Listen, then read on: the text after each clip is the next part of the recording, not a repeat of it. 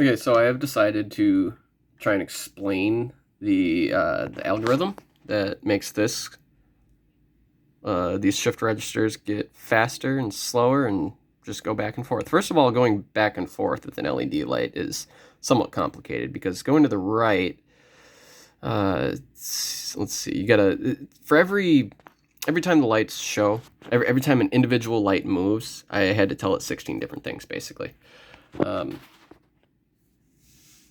So I'll just go ahead. All right, so up here I've defined the amount of LEDs, which enumeration we're on,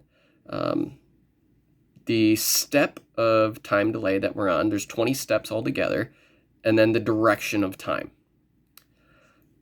So while this is true, this is an infinite loop, sleep time equals which step of time we're on divided by 400. And then we're going to go ahead and wait that amount of time. And if we don't do this, actually, I just want to go ahead and show you real quick. We're going to comment that out. We're going to restart this so it's no longer, there's no delay anymore. All the lights are lit up. It's happening so fast we can't even tell. So that is the purpose of the delay. We had to restart this.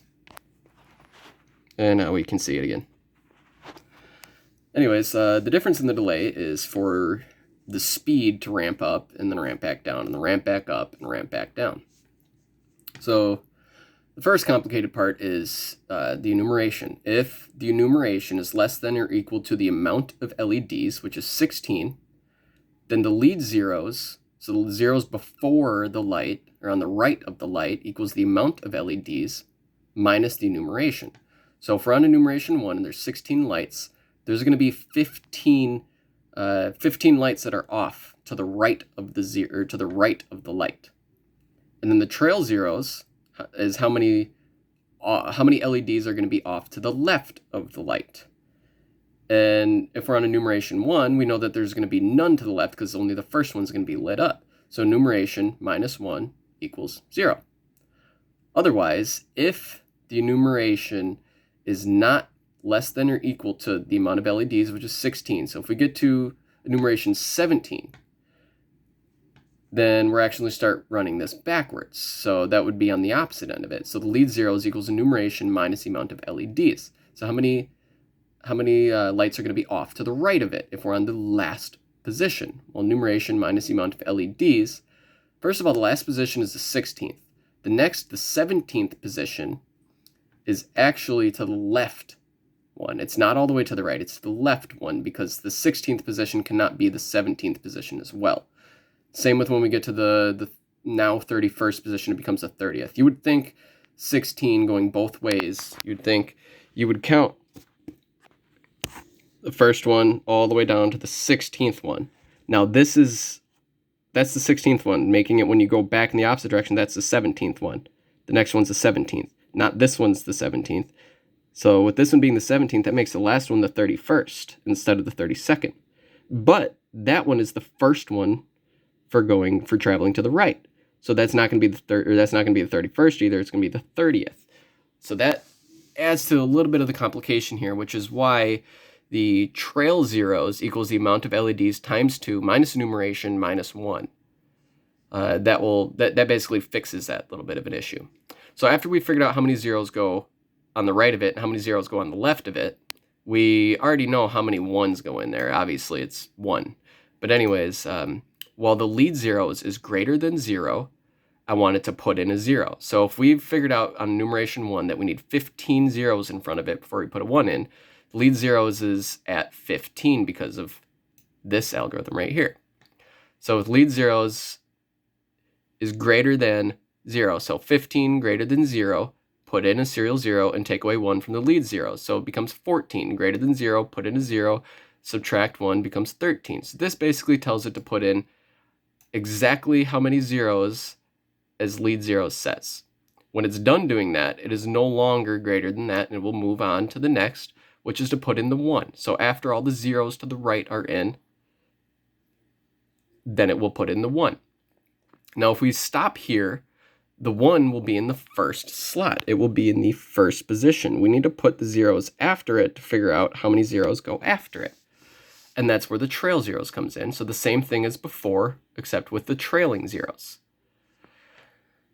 So now if the enumeration is less than the amount of LEDs times 2 minus 2, then the enumeration plus equals 1. So basically what this means is if the enumeration is less than 30, which means that it has gone all the way from the left, all the way to the right, all the way back to the left again. So if we've gotten back to here, I want you to reset it to 1. Or if we haven't gotten there, go ahead and increase by 1. But if we have gotten there, reset it to 1. So it goes back down to the first position and it restarts this iteration again. The more complicated part is where we update the speed. This is from earlier. We're going to ignore that. So if the enumeration modular, the percent symbol here, if enumeration modular amount of LEDs equals 0, what this means is this is basically a division symbol. So say this number is 10 and this number is 5. Okay, so 10 divided by 5. And what we're doing here, it's not actual dividing, it's modulating. So we will take away 5 from 10 until we can't take away a whole number of 5 anymore. And we can do that twice. But then we're left with nothing. We have nothing left. This is looking for the remainder of the division. So enumeration, say we're on enumeration 1. And the amount of LEDs is 16.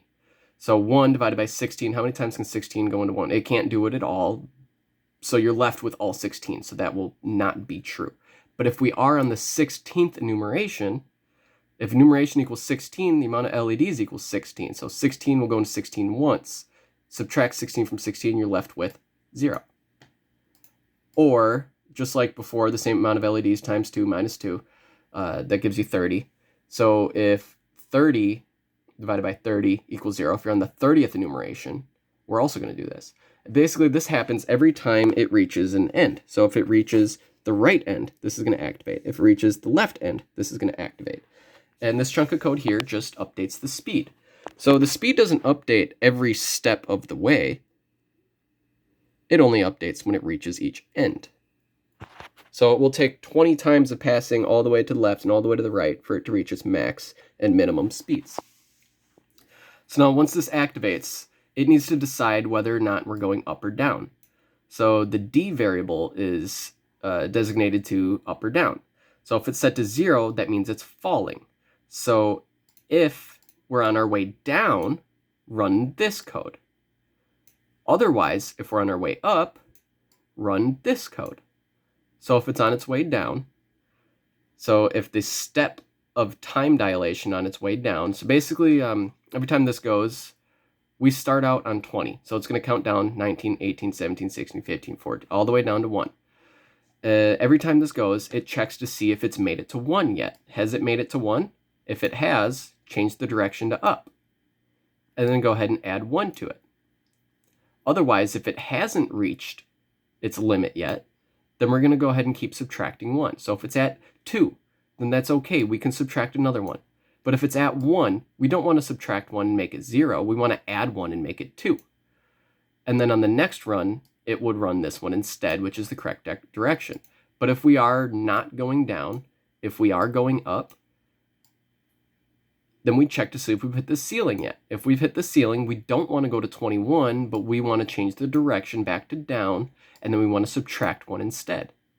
But if we haven't hit the ceiling yet, if we're only at 15, 16, even 19, then we can go ahead and we can increase it by 1 without going over the cap. And then this will run again after it's changed these variables. And every time these variables change, it's just, I can't explain it in any more words. It's just beautiful.